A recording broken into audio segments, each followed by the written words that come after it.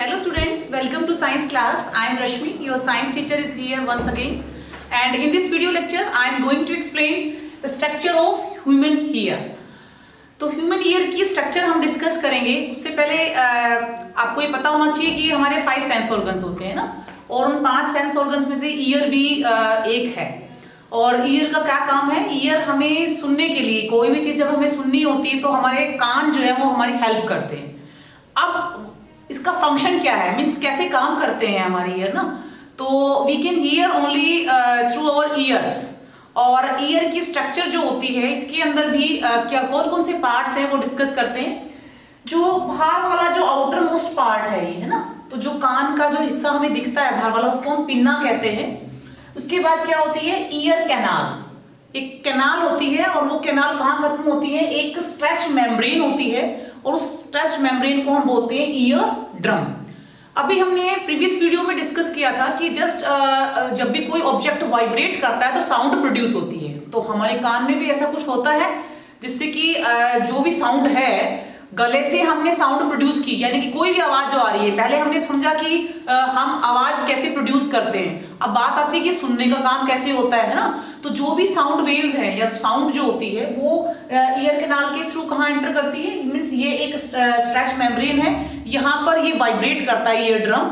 और उसके बाद यहाँ पे आप ये 3 बोन्स देख सकते हैं, छोटी छोटी 3 बोन्स होती हैं. ये ग्रीन कलर से मैंने थोड़ा सा हाईलाइट किया अलग से, 1, 2 और ये 3. ठीक है, इनको hammer, anvil and stirrup 3 bones होती हैं. उसके बाद ये वाला जो पार्ट है, यानी कि आगे ये कॉक्लिया और ये सारी फिर आपकी ऑडिटरी नर्व्स. ठीक है, और ये इतना पार्ट जो होता है ये आउटर मोस्ट ईयर का आउटर पार्ट हो गया, और यहां से लेकर यहां तक हमारा होगा मिडिल ईयर बोलते हैं, और अंदर वाला हो गया हमारा इनर ईयर. क्लियर? अब जब साउंड जो भी है वो ट्रैवल करेगी, कहां पे जाएगी? यहां से एंटर करके और ये ईयर ड्रम तक पहुंचेगी. तो ईयर ड्रम वाइब्रेट करेगा और वो वाइब्रेशन या सिग्नल्स जो हैं आगे फिर पास ऑन किए जाते हैं, और वो फिर ऑडिटरी नर्व्स के थ्रू ब्रेन्स तक जाते हैं, और ब्रेन्स जो है फिर हमें रिप्लाई देता है. मीन्स हम तब सुन पाते हैं, हम कैपेबल होते हैं सुनने के लिए. ठीक है, तो ये हमारे ईयर की स्ट्रक्चर है. कभी भी हमें अपने ईयर में कोई भी पॉइंटेड या शार्प ऑब्जेक्ट को नहीं डालना चाहिए, क्योंकि ये बहुत ही डेलिकेट होता है ईयर ड्रम. और ईयर ड्रम अगर कभी भी फट जाता है या इसमें होल हो जाता है तो हम फिर वो हियरिंग इंपेयरमेंट हो जाती है, मतलब हम सुन नहीं पाते हैं. तो उसका फिर मतलब ट्रीटमेंट बहुत मुश्किल है. ठीक हो भी सकता है, नहीं भी हो तो हमेशा के लिए बहरे भी हो सकते हैं. तो इसलिए किसी भी चीज को कान में नहीं डालना चाहिए, बहुत ही डेलिकेट पार्ट है, उसको नुकसान हो सकता है. तो this one is about the structure of an human ear. Now the next topic is frequency. Frequency क्या होती है? देखिए, number of oscillations in 1 second.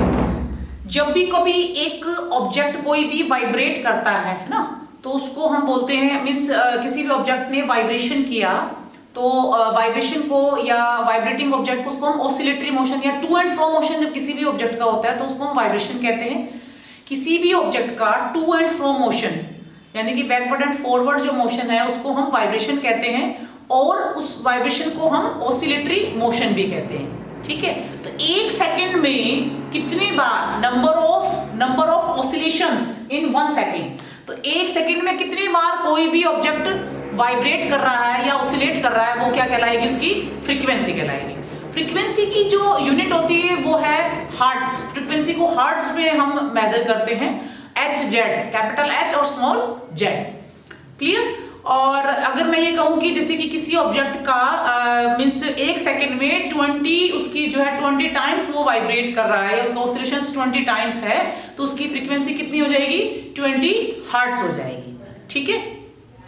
Frequency also determines the shrillness and the pitch of the sound also. अगर frequency ज्यादा है तो हम क्या कहेंगे? हाई पिच साउंड, और अगर फ्रीक्वेंसी कम है तो means low pitch sound. Clear? तो जैसे पक्षियों की जो होती है वो हाई पिच्ड होती है, और शेर की जो धाड़ है वो क्या होती है? लो पिच्ड होती है. ठीक है. नेक्स्ट आता है हमारा एम्पलीट्यूड। एम्पलीट्यूड क्या होता है, देखिए जब आपने 7th स्टैंडर्ड में जब हमने टाइम पीरियड और फ्रीक्वेंसी एम्पलीट्यूड है ना, एक पेंडुलम या एक जो पेंडुलम जो होता है उसके रिगार्डिंग ये सारे टॉपिक डिस्कस किए थे। पेंडुलम क्या होता है कि एक स्ट्रिंग से हैंग किया हुआ, सस्पेंडेड किया हुआ एक बॉब, मेटेलिक बॉब जो कि मूव करता है ना। तो जैसे सपोज ये यहाँ पर ये पेंडुलम है, ये आपका एक बॉब है और ये मीन पोजीशन में, अभी इस साइड जाएगा फिर इधर दूसरी तरफ जाएगा फिर वापस यहाँ आएगा, तो आपका क्या हो जाएगा, वन ऑसिलेशन कंप्लीट मानते हैं हम इसको, है ना। तो यानी कि इस बॉब की movement either the left side और द राइट साइड, तो जितनी भी मैक्सिमम उसका जो डिस्प्लेसमेंट है वही उसका एम्पलीट्यूड कहलाता है। और loudness of a sound is proportional to the means twice of the amplitude. अगर किसी ऑब्जेक्ट मतलब किसी का एम्पलीट्यूड अगर डबल है तो उसका लाउडनेस साउंड की कितनी हो जाएगी, मींस फैक्टर ऑफ 4 यानी 4 टाइम्स हो जाएगी उसकी फिर, है ना। तो एम्पलीट्यूड के ट्वाइस की प्रोपोर्शनल होती है लाउडनेस। साउंड की जो लाउडनेस है वो एम्पलीट्यूड के ट्वाइस की यानी कि उसके डबल के प्रोपोर्शनल होती है, ठीक है। और एक चीज और है यहाँ पे देखिएगा, लाउडनेस जो होती है उसको हम, loudness is express in the unit of मतलब डेसिबल में उसको हम एक्सप्रेस करते हैं, डेसिबल होती है उसकी यूनिट। तो 80 डेसिबल से ऊपर की जो साउंड होती है लाउड, वो मतलब जो हमारे लिए ठीक नहीं होती है तो वो हार्मफुल होती है, ठीक है। Next one is the Audible and the inaudible sound. अब ऑडिबल क्या होती है, the sound that can be heard, जो सुन सकते हैं वो ऑडिबल है, और इनऑडिबल जो नहीं सुन सकते हैं, है ना। तो एक रेंज है ह्यूमन ईयर के लिए या हमारे लिए 20 हर्ट्ज से लेकर 20,000 हर्ट्ज, 20 हर्ट्ज से 20,000 हर्ट्ज तक की जो साउंड है वो हमारे लिए हम सुन सकते हैं। 20 हर्ट्ज से नीचे की या 20,000 हर्ट्ज से ऊपर की जो साउंड है वो हम नहीं सुन सकते हैं। लेकिन कुछ एनिमल्स होते हैं, अगर मैं बात करूं बैट्स की, चमगादड़ की अगर बात करती हूँ, या फिर जो आप ये समझिए कि जो हमारी जो अल्ट्रासाउंड्स होते हैं ना, तो अल्ट्रासाउंड्स के अंदर अल्ट्रासोनिक वेव्स मींस उन्हीं का यूज किया जाता है मतलब मेडिकल साइंस के अंदर, ठीक है। तो इस तरह से हम कह सकते हैं कि यानी कि 20 हर्ट्ज से नीचे की जो साउंड होती है उसको हम इंफ्रासोनिक साउंड बोलते हैं, और 20,000 हर्ट्ज से जो ऊपर की होती है रेंज उसको हम अल्ट्रासोनिक साउंड, अल्ट्रासोनिक बोलते हैं। Clear. Next one is the noise and the music. अब हमने बहुत सारी बातें कर ली, हमने फ्रीक्वेंसी की बात की, हमने साउंड की बात की, अलग अलग टाइप की साउंड हम अपने एनवायरनमेंट में सुनते हैं। पक्षियों की आवाज, कुछ आवाज बहुत अच्छी होती है हमारे लिए, कुछ बहुत ही ज्यादा हमारे लिए दुखदाई हो जाती है या पेनफुल होती है ना, और वो हमें स्ट्रेस भी क्रिएट होता है, एंजाइटी, परेशान हो जाते हैं हम। तो ऐसी आवाज जो हमारे लिए, हमारे कानों को हमें कंफर्टेबल लगे और जो प्लेजेंट हो, हमारे लिए अच्छी हो, वो हमारे लिए मतलब म्यूजिक होगा।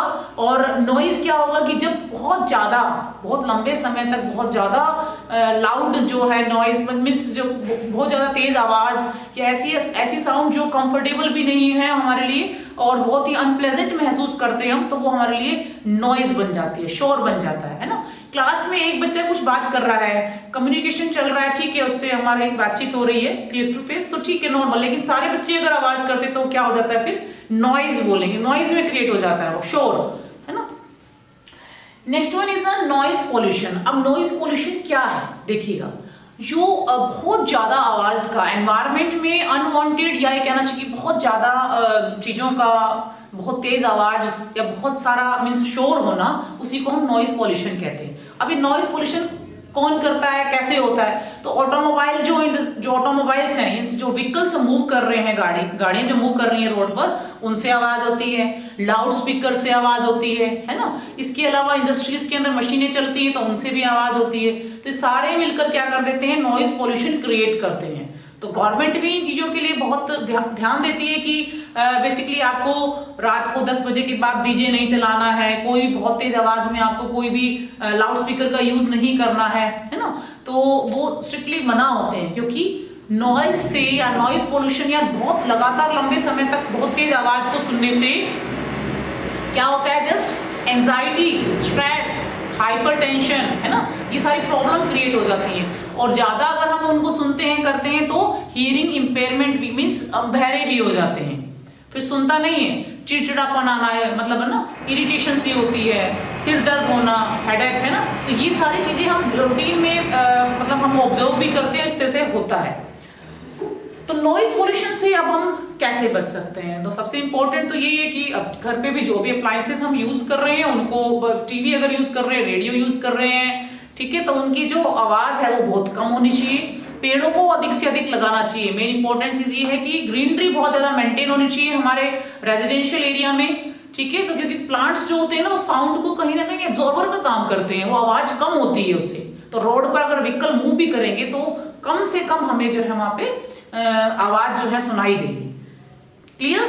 सो these are the main topics that we discuss in this video lecture, and इस चैप्टर में भी हमने बहुत कुछ पढ़ा, and I will provide you one worksheet after completion of every video. If you have any doubt regarding any topic of this chapter, then you can contact me. Thank you. Have a nice day.